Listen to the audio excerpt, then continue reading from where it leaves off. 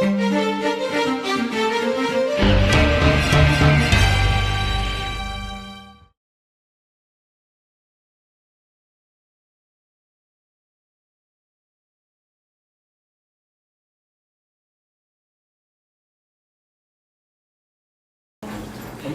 a hacer juntamos 3 preguntas y después contestar Gisela y así sucesivamente.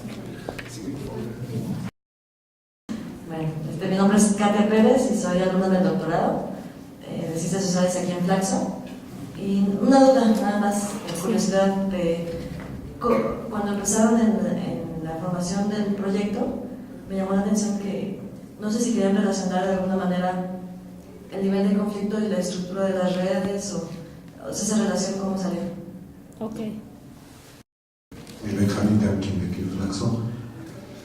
Felicito que se la padre. Ahora, quería preguntarte, si tuvieras que explicar así en corto, ¿qué agrega el análisis de redes a los análisis tradicionales que se hacen, digamos, de fuerza política, de contactos políticos? Lo que hacían tradicionalmente, digamos, o creían que hacían los que se dedican a estudiar relaciones de fuerza entre diversos factores y demás. Es decir, si pudieras un poco tratar de convencernos en corto, ¿no? ¿Cuál es la aportación cualitativa diferente del análisis de redes respecto a otro tipo de análisis tradicionales que se hacen en sociología política y demás, ¿no? Después de todos los estudios en el pasado, no utilizaban esa metodología, que es lo que agrega esa metodología. Okay.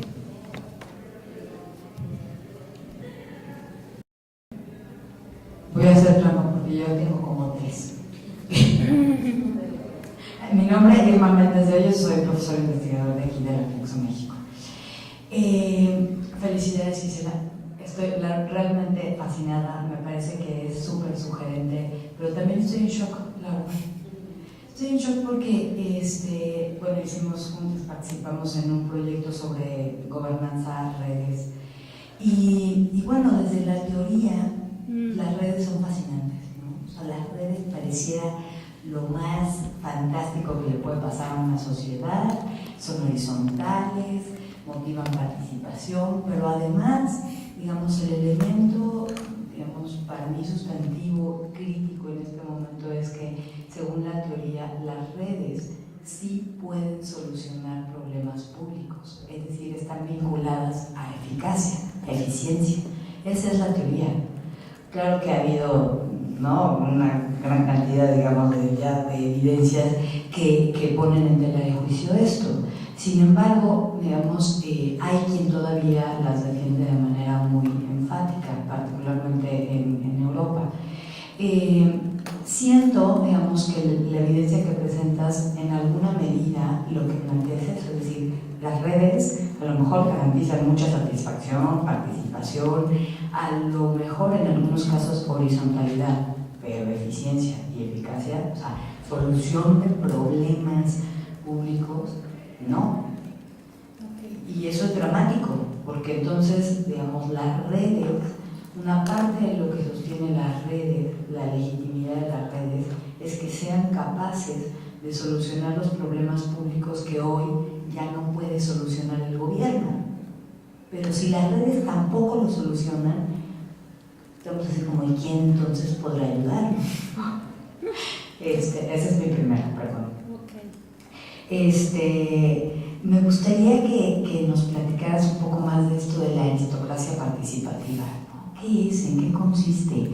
¿No? ¿A qué le llaman y por qué, digamos, tan negativo, ¿no? Porque, digamos, me llama la atención, ¿no? Y la otra es, ¿qué pasa con el poder en estos enjambres en Brasil? Es decir, ¿cómo se redistribuye, ¿no?, el poder al interior en estos enjambres? ¿Y qué tanto impacta, digamos, en la autonomía que tiene cada una de las organizaciones para su toma de decisión? Okay. Gracias. Sí, ok. Bueno, nivel de conflicto y redes, sí fue uno de los objetivos. Lo que encontramos es que de acuerdo a cada tipo de red predomina un tipo de conflicto, ¿no? Que es un poquito por eso hicimos esta mediación con la cuestión de los circuitos de representación, en donde hay redes de cooptación. El circuito tiene no solo un significado de algo que sucede como un producto de un proceso, sino que también puede ser un medio, porque el razonamiento es que cuando hay una intermediación monopólica le sacás favores a la fuerza. Un monopolio siempre es ineficaz e ineficiente y va a darte un precio que no es el precio competitivo, ¿no? Entonces te da si quiere, porque vos no tenés de otra que ser, ¿no? Si hubiera un monopolio, no sé, del agua, vos no tendrías otra que ir y por favor dame agua, ¿verdad? Entonces el conflicto termina siendo un medio en ese, o sea, esto que me dijo el entrevistado de solo a gritos y sombrerazos obtenemos algo acá, ¿sí? Es significativo en ese sentido. La idea de que el conflicto de la palabra, voy a tratar de ir a de alguna forma se presenta un poco como contrario, ¿no? Todo conflicto puede ser dirimido, todo, ¿no? Que en parte podríamos decir que Brasil es un gran laboratorio, ¿no? del circuito de la palabra, pero lo interesante aquí es, digo, como Brasil en nuestro caso contrastante, lo elegimos por la variable dependiente conflicto, yo no te puedo decir en ese caso si la palabra influye, ¿no? O si la combinación de circuitos influye para bajar o no el conflicto, porque lo que sí te puedo contestar es por qué casos similares tienen diferentes niveles de conflicto. Y entonces ahí sí pareciera ser que la combinación de circuitos puede afrontar más la complejidad de una sociedad como esta y generar más alternativas, podríamos, ¿no? Y finalmente el proyecto y el pueblo también tienen ¿no? Una derivación en tipos de conflictos que se relacionan con ese circuito, ¿no? El proyecto, como dije, no admite conflicto, ¿no?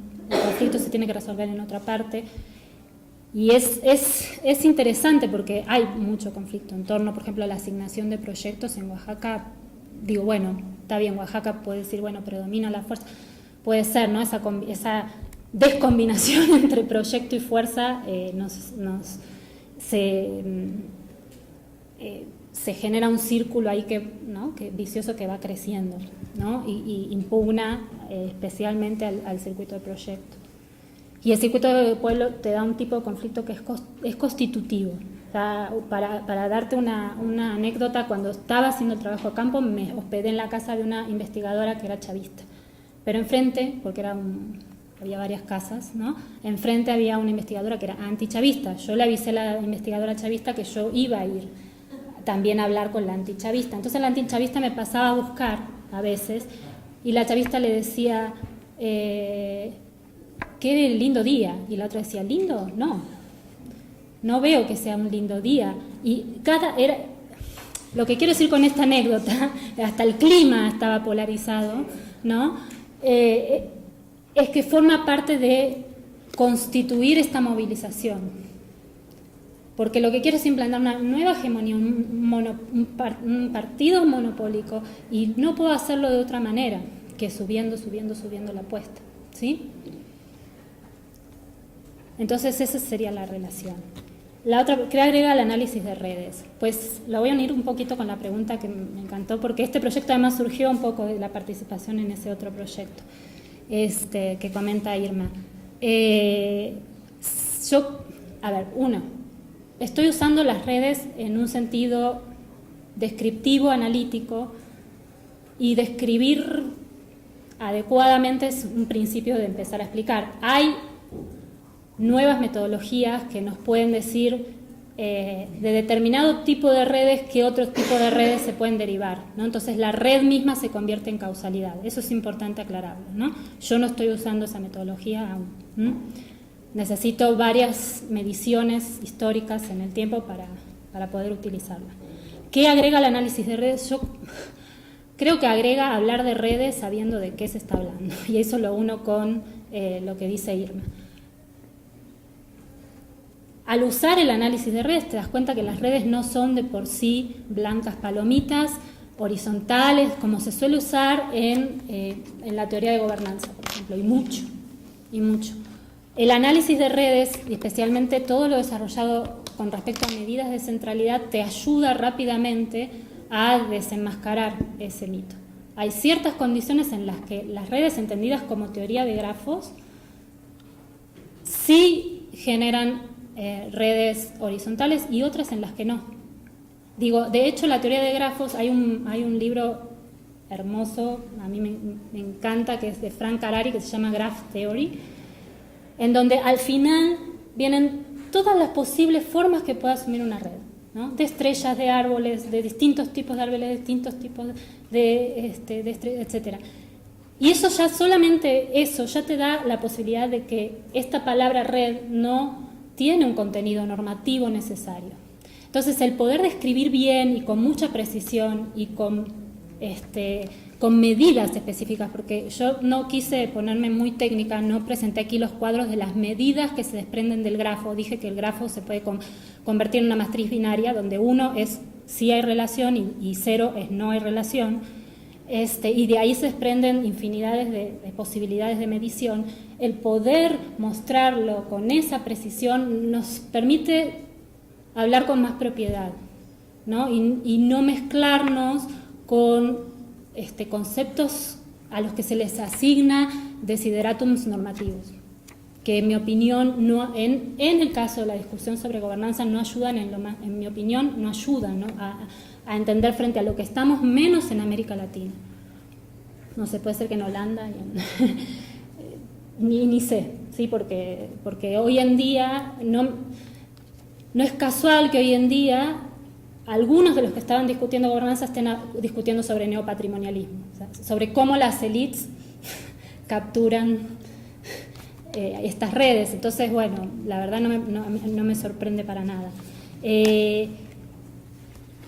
Con eso contesté un poco la pregunta que hizo Irma, que exacta. Sí, en ese sentido no hay ningún desideratum de que la gobernanza va a ser mejor. Ahora, lo de solucionar problemas. A ver, veamos Brasil. Primero, hay muchas clases de problemas, ¿no? Hay que ver si uno está preguntando si la gobernanza soluciona todos los problemas o si a ver, vamos a sacar la palabra gobernanza, que tiene muchas confusiones. Si las redes horizontales, plurales, como las que mostré en Brasil, son más eficaces. Vamos a ponerlo con esas palabras. Bueno, ¿para qué?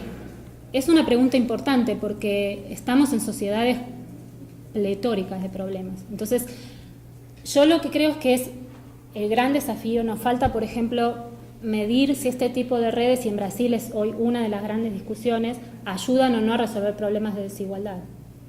Es una de las grandes discusiones hoy en Brasil. Falta medir eso. No hay mucha investigación, hay algunas investigaciones sueltas, pero sistemáticamente no ha sido respondido.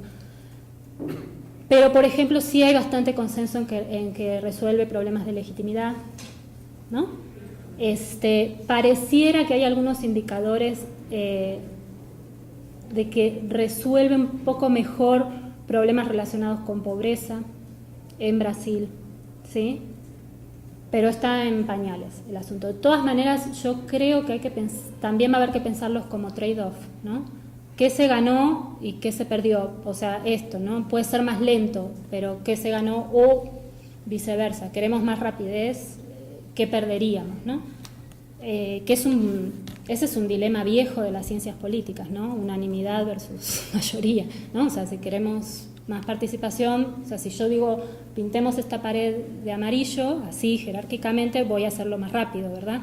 Hay que ver cuánto duro con la pared con amarillo, ¿no? Si no vienen un día con las brochas con, no sé yo, verde.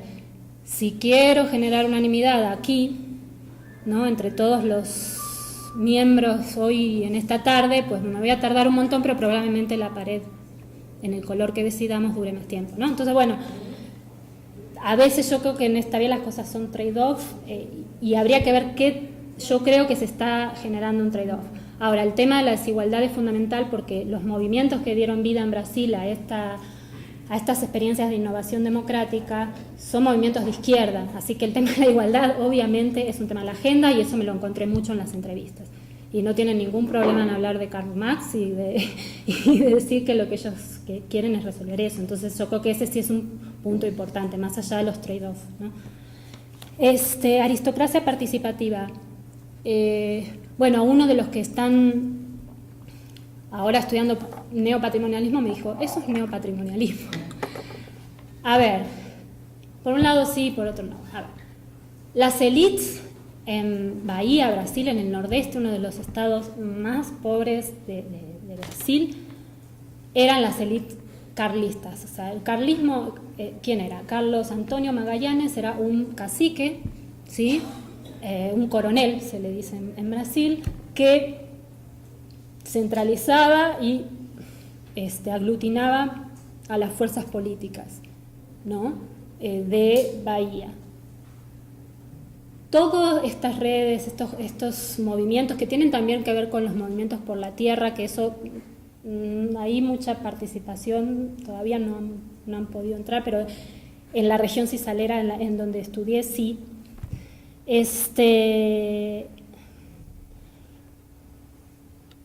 De alguna forma contribuyeron a una alternancia. Yo creo que tenemos nuevas élites, lo cual, déjenme decir que en Bahía es un respiro de oxígeno. Son años y años y años bajo un mismo cacique, bajo un monopolio partidario. O sea, nuevas élites que son más plurales, pero no son élites total y absolutamente inclusivas.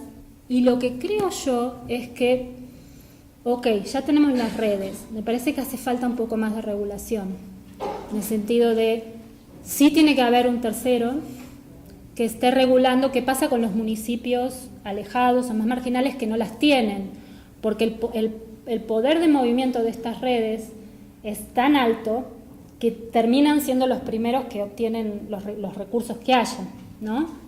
Para los proyectos, para las capacitaciones. Entonces los municipios de Valenti, ¿no? de Coité, son los municipios que, ¿no? Entre los que estudié, los que más recibían. El municipio de Queimadas, pero Quillingue eran unas pobres redes, ¿no? Que trataban, lo cual es loable, pero bueno, tiene que ver con quién es el encargado de, en la vieja discusión de capital social, ¿no? ¿Quién es el encargado de fomentar capital social donde no hay? ¿No? O ¿cómo hacemos con eso? ¿Qué hacemos con esa situación? ¿No? Entonces creo que esa es una vuelta que va a suceder. Y entonces, eso o sea, creo que es una aristocracia participativa menos aristocrática, pero que sí requiere de discutir seriamente la regulación de la distribución de recursos. Y finalmente el poder al interior, ¿no? ¿Quién me lo preguntó? Vos también, ¿no? Sí. Mira, estaba buscando los grafos al interior, ¿no? Pero te describo más o menos. En Oaxaca es muy alta el poder de intermediación al interior de las redes de los presidentes municipales y el de Hacienda, digamos. Son los que intermedian más. ¿Por qué? Porque hay manipulación en la selección de los integrantes. En general, los integrantes de los consejos, si en Brasil son distintas organizaciones, sindicatos, distintos sectores del gobierno, sectores de financiamiento que provienen del gobierno, etcétera. En Oaxaca en general son los que se llaman agentes, que son los coordinadores de agencia, que son las localidades, ¿no? Y lo que también puede verse es que hay redes más cohesionadas en torno a la cabecera municipal y al presidente municipal, y las localidades más alejadas de la cabecera están como menos conectadas. Eso, por ejemplo, es en Oaxaca. En Nicaragua, algo interesante al interior tiene que ver con las trayectorias. Si hay gente dentro de los gabinetes de participación ciudadana que tienen mucha reputación, porque no hay que olvidarse que en Nicaragua pasó una guerra, ¿no? O sea, que tienen mucha reputación por su desempeño durante la guerra, por su desempeño dentro del frente, y que además estuvo involucrada en todo lo que fue como este fortalecimiento de la sociedad civil en Nicaragua. Entonces tienes una red un poquito diferente al interior, no tan monopolizada por el secretario político del Frente Sandinista y el coordinador del Gabinete de Participación Ciudadana. ¿Sí me explico, no? Bueno, en Brasil hay bastante pluralidad dentro de los consejos, es decir, distintos actores y dentro de todo bastante relacionados. Y en Venezuela es interesante, están como muy, es demasiado perfectito, digamos, o sea, todos se conocen con todos y todos supuestamente trabajan, o sea, ahí hay un problema en lo que empezamos a desconfiar en esa cohesión hermosa que estaba empezando, sí. Entonces, bueno, lo cualitativo ahí ayudó, ¿no?, para entender y para investigar más hacia futuro. Nuestra inferencia inicial es que hay más divisiones de las que parece, y especialmente en esto de soy chavista, ¿no? Y en soy chavista entran distintas cosas. Bueno, eso sería en cuanto al poder al interior. Yo creo que con eso estamos. ¿Hay más preguntas? Bueno, Mónica Casalet, soy profesora investigadora de Flaxo. Me parece muy interesante el análisis. Es cierto que yo trabajo también en redes, pero de otra perspectiva, con más complejidad, en el sentido de que no es que sea más complejidad lo que hago, sino que hay mayor complejidad de interacción y mayor densidad. Y también hay mayor repercusión en las políticas públicas, que es muy importante, porque la red por sí sola puede crear una vinculación, pero tiene una acción fuerte a nivel de la inversión, ¿no?, a nivel de los instrumentos que van generando las políticas selectivas, ¿no? Entonces, un poco cómo lo ves, esta vinculación de todo lo que hiciste con esa articulación con las políticas públicas. Okay. Básico, ¿no? Okay. El único caso en donde hay una influencia de las políticas públicas, de hecho, la creación de los consejos es un objetivo del movimiento, es Brasil, ¿no? Entonces ese movimiento está, de hecho, a las reuniones del consejo, a veces ellos le llaman las reuniones del movimiento, aunque estén actores gubernamentales, ¿no? Y hay varios canales de articulación con las políticas públicas. Algún canal bastante repetido y que a algunos les genera más conflicto, a otros menos, es que sus propios compañeros ahora están en el gobierno, entonces se conocen, ¿no? Bueno, hay cierta circulación en donde en el futuro por ahí no voy a estar en este cargo, y en dónde voy a estar, bueno, de nuevo aquí o de nuevo allá. Entonces, algo de influencia les da, especialmente a los enjambres más densos. La relación entre MOCI, que es el Movimiento de Organizaciones Comunitarias, el FATRES, que es el Sindicato de Agricultura Familiar, y el ASA, por ejemplo, que es una organización ambiental que ha colocado más de 1 millón de cisternas y resuelto en buena parte un problema de saneamiento de agua y de obtención de agua, de captación de agua muy importante en la región. Tienen una reputación espectacular en la región porque es una región muy árida. Pues son la trilogía, ¿no? O sea,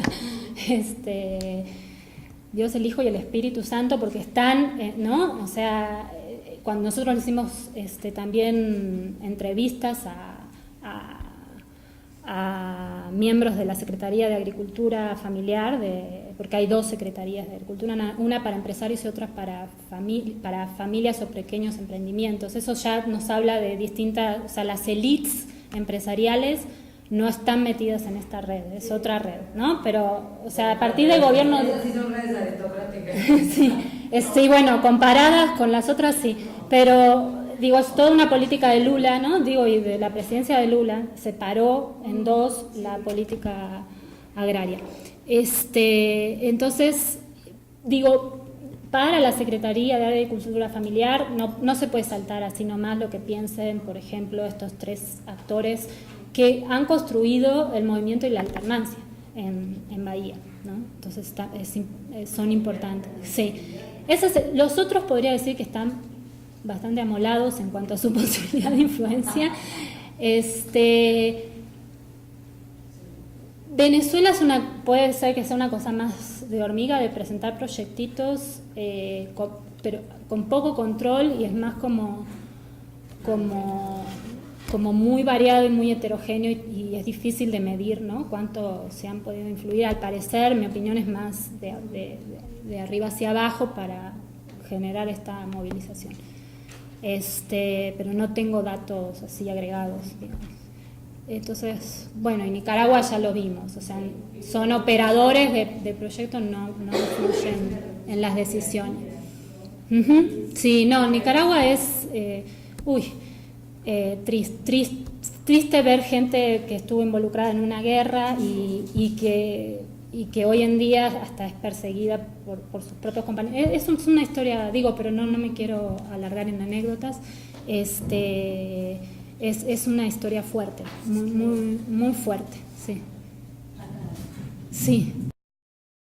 Adolfo del Río, del doctorado de aquí de Flaxo. Ahorita que menciona el término de aristocracia y neopatrimonialismo, me salta esta parte del neopatrimonialismo, porque se observa que la investigación está muy preocupada o está muy centrada en la obtención de recursos por parte de la sociedad civil o la sociedad popular. Y en la parte del circuito de representación del voto se menciona, por ejemplo, clientelismo. Es decir, la parte, digamos, del pacto de neopatrimonialista sería, no sé qué tanto observaron o qué tanto se observó en la investigación, el momento en el cual se paga, digamos,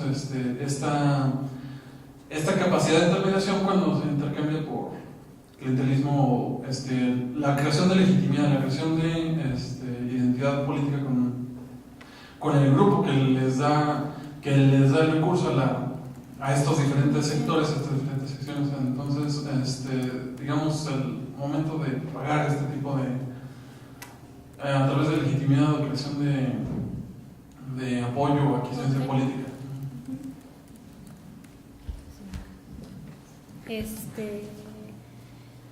Yo diría que hay distintos tipos de clientelismo. El que está asociado con la cooptación es un clientelismo de te voy a dar, o no sabemos que es un monopolio en formación o de formación, eso también influye, te voy a dar, pero espera, hace la cola de las tortillas.